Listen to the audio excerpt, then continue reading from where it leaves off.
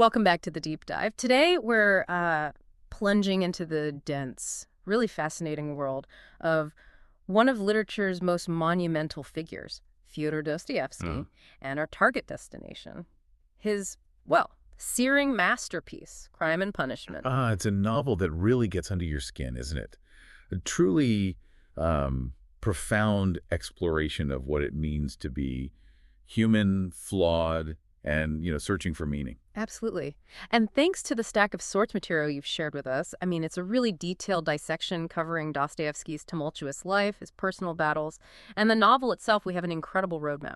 Yeah, there's a lot there. Our mission on this deep dive is basically to unpack all this, pull out the most important nuggets, and really see how Dostoevsky's own intense experiences aren't just like background noise, Right. but are fundamentally woven into this incredible story of guilt, spiritual struggle, and ultimately potential redemption. It's almost like his life was the raw material, Yeah. And the novel's the forge where he hammered out these timeless questions. It's definitely not just a crime story. It's a journey into the deepest, sometimes darkest corners of the mind, and completely shaped by what he himself lived through.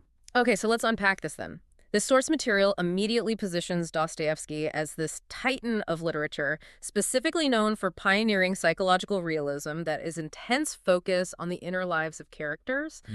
But it makes a really strong case that you just can't separate the work from the man. Exactly. The biographical details aren't just trivia. They're basically the foundation of the novel's insights. I mean, look at his early life. The shock of his mother's death. That was followed by the truly traumatic, suspected murder of his father. By serfs on his estate, right? Right. While Dostoevsky was away at school. That's right. And that distance must have just compounded the horror, you'd think. Yeah, it puts a layer of complexity on it, certainly. The source suggests this trauma likely instilled a deep understanding of suffering and loss, sure, but also potentially fostered this preoccupation with guilt, with familial breakdown, maybe. You see glimmers of this understanding in the intense, often sort of irrational internal struggles of characters like Raskolnikov. It provides a pretty direct psychological foundation for the novel's focus on that inner landscape of moral anguish. And his personal battles were just relentless. Epilepsy, for one, which is described so vividly in the sources, including these almost mythical, ecstatic auras he experienced. Yes, these moments of intense, almost transcendent joy and harmony that would come just before his seizures. He apparently found them so profound he wouldn't trade them, despite, the suffering the illness caused. But that wasn't all. He struggled with a crippling gambling addiction. Right, the gambling. Leading to massive debts and losses that, the source points out, he saw almost as a form of self-punishment. Plus, he battled depression and social anxiety. It really sounds like these weren't just, character quirks, but fundamental experiences that actually altered his perception. Precisely. These struggles gave him a unique, probably quite painful lens through which to view the world. They allowed him to explore altered states of consciousness, spiritual experiences, and the human psyche from a place of, lived experience. Yeah. That's what makes the psychological realism in Crime and Punishment feel so raw and authentic. His own internal turmoil makes Raskolnikov's mental degradation feel visceral, And you can't ignore the parallel between his gambling, that cycle of debt, self-punishment, desperation, and Raskolnikov's state after the crime, totally haunted by his moral debt. Okay, here's where it gets really interesting, I think. The source emphasizes the absolutely transformative impact of his Siberian exile. Oh yeah, this is the crucible. Yeah. Arrested in 1849 for associating with a utopian socialist group, the Petrashevsky Circle, he endured a terrifying mock execution. Stood before a firing squad. Yeah, only to have his sentence commuted at the absolute last second. Then came 4 brutal years in a Siberian labor prison, followed by military service. Just unimaginable. That experience would break most people. How did it fundamentally change him? It solidified his Christian faith in an incredibly profound way. The source notes he shifted from seeing Christ primarily as maybe a social revolutionary figure to a deeply personal spiritual redeemer. Interesting shift. Huge shift. And this experience fueled his passionate opposition to the dominant intellectual currents of the mid-19th century. Atheism, nihilism, utilitarianism. He came out of Siberia absolutely convinced that relying solely on unaided human reason was dangerous. That it could distort reality. Exactly, and lead to these destructive ideologies. And this worldview directly informs Crime and Punishment. Fundamentally, the source material frames the novel not just as fiction, but significantly as a kind of theological treatise and a direct rebuttal to those philosophies he came to oppose so vehemently. So Raskolnikov's whole journey. His horrifying experiment is presented as a dramatic demonstration of the devastating consequences when intellectual frameworks are divorced from a moral or spiritual anchor. His breakdown isn't just psychological, it's a spiritual crisis resulting from his flawed ideology. So let's step inside the labyrinth of the novel itself then. Yep. Published in 1866, it's set in that suffocatingly squalid environment of St. Petersburg. Our protagonist is Rodion Raskolnikov, a brilliant but impoverished former student. Right. And his central motivation is tied to his self-conceived theory, this idea of extraordinary men, who he believes are above conventional moral laws and have the right, maybe even the duty, to transgress for a perceived greater good.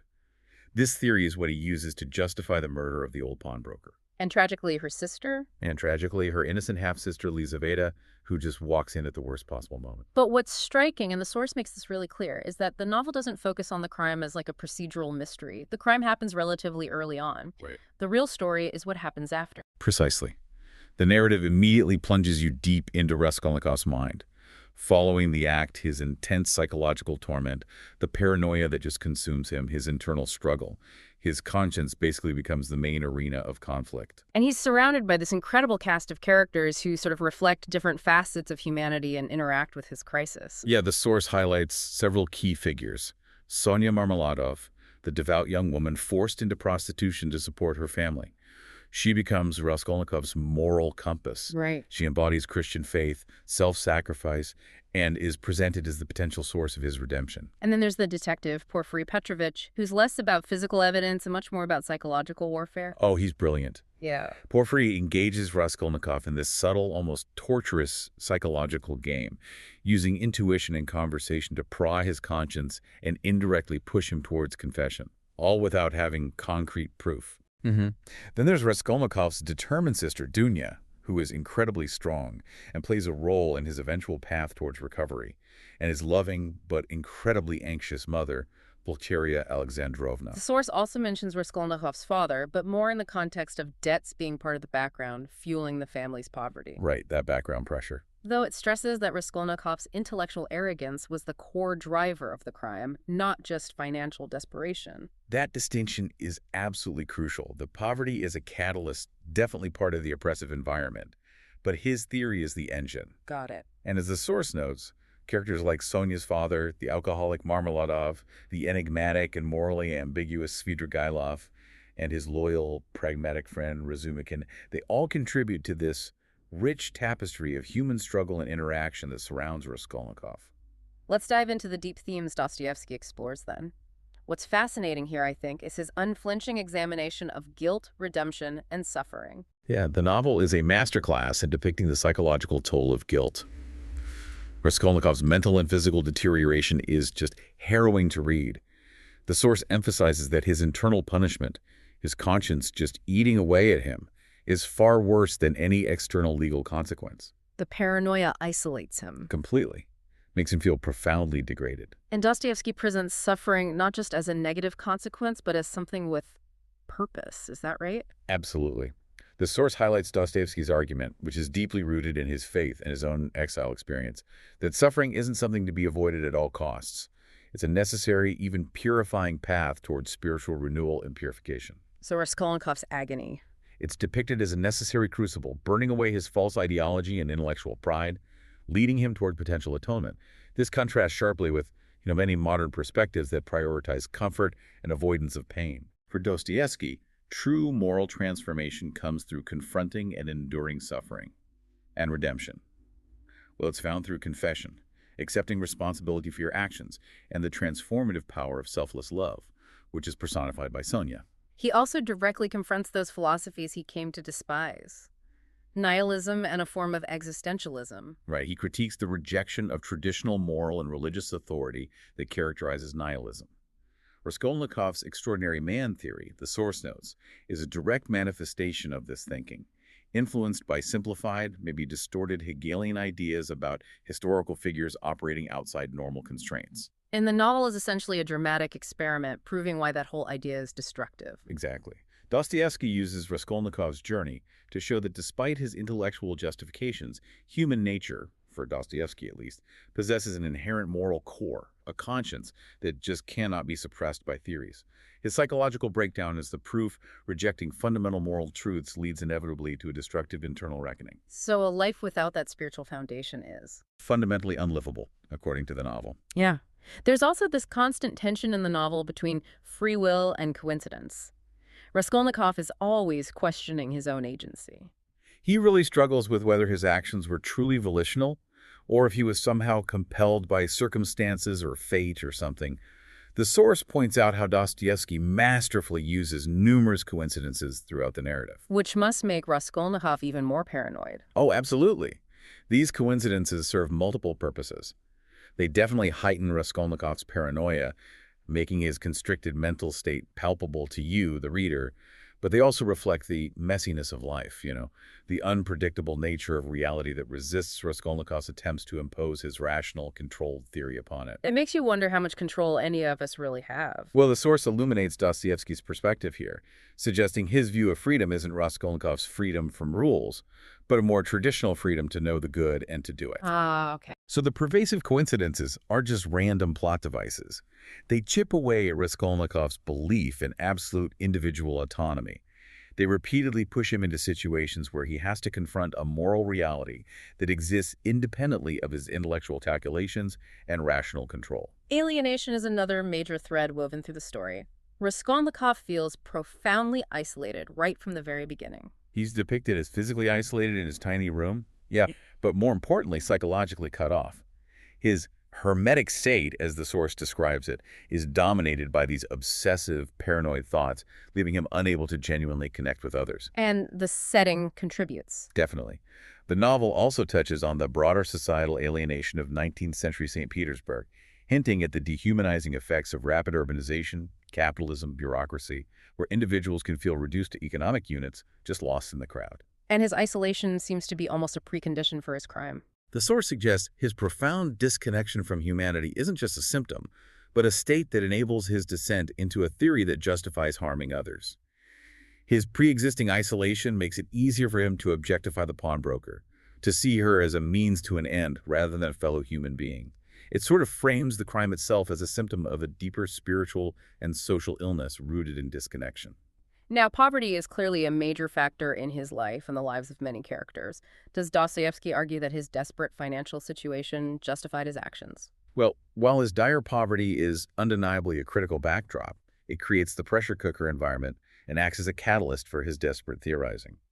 The source is quite clear that Dostoevsky ultimately argues against material gain or social utility ever justifying a moral transgression as severe as murder. So the reason is deeper. Yeah. The novel meticulously shows, as the source emphasizes, that Raskolnikov's intellectual pride, his destructive theory born of his mind, was the primary driver of the crime, not simply economic need. The spiritual fall is paramount. Moving to the philosophical and literary craft. The source notes Dostoevsky is directly engaging with and often critiquing philosophers like Hegel and the ideas of utilitarianism that were prevalent at the time. Oh yeah, his novel is an intellectual battlefield. Yeah. Raskolnikov's theory is a deliberate construction meant to demonstrate the horrific real-world implications of misapplying abstract philosophical ideas like Hegelian exceptionalism. And utilitarianism. By showing Raskolnikov's internal torment, he challenges utilitarianism's focus on consequences and rational calculation, arguing that there are intrinsic moral principles that, when violated, lead to devastating personal and spiritual costs, regardless of the supposed greater good. Okay. If we connect this to the bigger picture, his deep Christian Orthodox faith is absolutely central to the novel's message. It's the moral and spiritual backbone, really. Sonia Marmaladov is the living embodiment of these ideals: humility, self-sacrifice, unwavering faith. She's not just a character, she functions as Raskolnikov's spiritual guide through the darkness. And the Lazarus allegory is highlighted in the source as a key biblical allusion. Can you unpack that a bit? Yeah, this is central to understanding the redemption arc. The Force explains that Raskolnikov's journey is explicitly likened to Lazarus's spiritual death and resurrection. His state after the crime, consumed by guilt, totally isolated, is presented as a spiritual death, like being in the tomb. And Sonia? Sonia, holding the Gospels, reading the story of Lazarus to him, acts as the Christ-like figure facilitating his potential spiritual revival. It provides a kind of theological blueprint, demonstrating Dostoevsky's belief that suffering and divine grace, facilitated by faith and human connection, are necessary for true salvation. It's remarkable how he weaves in these deep theological concepts while also, almost presciently, touching upon ideas that would later be explored in psychological theories. Absolutely. The novel's intense focus on Raskolnikov's internal conflict, his paranoia, the manifestation of guilt as self-punishment, these definitely resonate with concepts explored later in psychoanalysis. Why? The source even speculates on how the novel might reflect Dostoevsky's own complex psychological landscape, perhaps including unresolved issues tied to his father or broader conflicts with authority projected onto Raskolnikov's internal battles. And his literary devices are just crucial for making this psychological and philosophical journey so immersive. Absolutely masterful. The source points out his strategic use of a third-person limited perspective, primarily confined to Raskolnikov's mind. This isn't just a stylistic choice. It gives us incredibly intimate access to his thoughts, his fever dreams, his paranoia. You feel like you're in his head. Exactly. Then. It forces you, the reader, to experience his degradation and internal chaos alongside him. It makes the psychological horror palpable. The symbolism is also incredibly rich and deliberate, isn't it? Oh, yes. The oppressive, sickly city of St. Petersburg isn't just a setting. It mirrors Raskolnikov's own tormented psyche and the moral decay he perceives. The frequent use of the color yellow, his tiny room, Sonia's identification card, the interiors of taverns symbolizes sickness, decay, moral contamination. And blood. Blood represents the indelible stain of guilt, moral transgression. And crosses, worn by Sonia and eventually exchanged with Raskolnikov, symbolize suffering accepted and the path towards Christian faith. And specific powerful moments, like the dream of the beaten horse. Oh, that dream is just brutal. A visceral metaphor for the violence and cruelty of his crime, and it foreshadows the immense internal suffering that will follow. His entire transformation arc can be seen as a metaphorical illness or death of the spirit, requiring resurrection. And the dialogue. The extensive use of internal monologue and dialogue, particularly his psychological sparring with Porfiry and his profound conversations with Sonia, are the primary engines driving his self-revelation and eventual movement towards confession. It's really clear why this novel remains such a cornerstone of literature and continues to resonate today. Definitely. Despite being set in a different time and place, its exploration of universal themes like guilt, the possibility of redemption, the nature of good and evil, the search for meaning, the dangers of intellectual hubris, they remain incredibly relevant. Yeah. Raskolnikov's existential angst, his struggle to reconcile his actions with his conscience, reflects ongoing human dilemmas we still grapple with. It is a challenging read for many people, though. The depth, the names, the sheer intensity. Oh, for sure. The source material is very honest about this common experience. The complex Russian naming conventions, the patronymics and diminutives, Can be confusing. they can be. Plus the philosophical density, the often harrowing and intense narrative, Dostoevsky's sometimes repetitive or, intense prose style, these can be hurdles. But the source also frames these challenges not as flaws, but as integral to Dostoevsky's specific brand of psychological realism and his philosophical aims. So the difficulty is part of the point. In a way, yes. The difficulty is part of the intended experience. You have to kind of work through it, much like Raskolnikov must work through his suffering. So what did the source suggest as ways to engage with it and make that challenge feel more rewarding? Some good points were made about approaching it with patience. Read slowly, maybe take notes to keep track of characters and ideas. Pay attention to the symbolism. Those recurring images aren't random.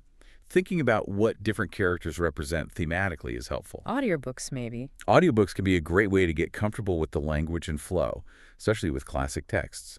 Definitely look up a guide to Russian names beforehand. Understanding patronymics makes a huge difference. Different translations, too. Yes, trying different translations, like the highly regarded Pierre and Volokhonsky version, can genuinely alter the reading experience.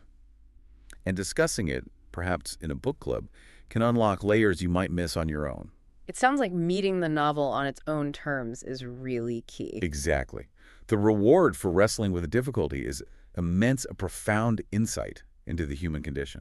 So we've taken a significant deep dive today, haven't we? Journeying through Dostoevsky's tumultuous life, exploring the oppressive world and complex characters of crime and punishment, dissecting its powerful themes, unpacking its philosophical arguments, and admiring his masterful literary craft. At its core, Dostoevsky's enduring genius lies in his unparalleled ability to fuse deep psychological insight, rigorous philosophical inquiry, and unwavering faith.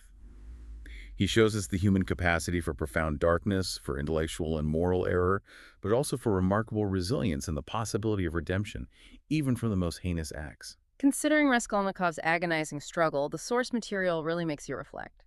What does Dostoevsky's radical emphasis on suffering and confession as the necessary painful paths to spiritual renewal tell you, listening now, about our own modern tendency to perhaps avoid pain or rationalize away difficult, maybe morally compromising choices? It definitely raises an important question for you to ponder long after this deep dive is over. A powerful question to leave with, absolutely. Indeed. Thank you for joining us for this deep dive.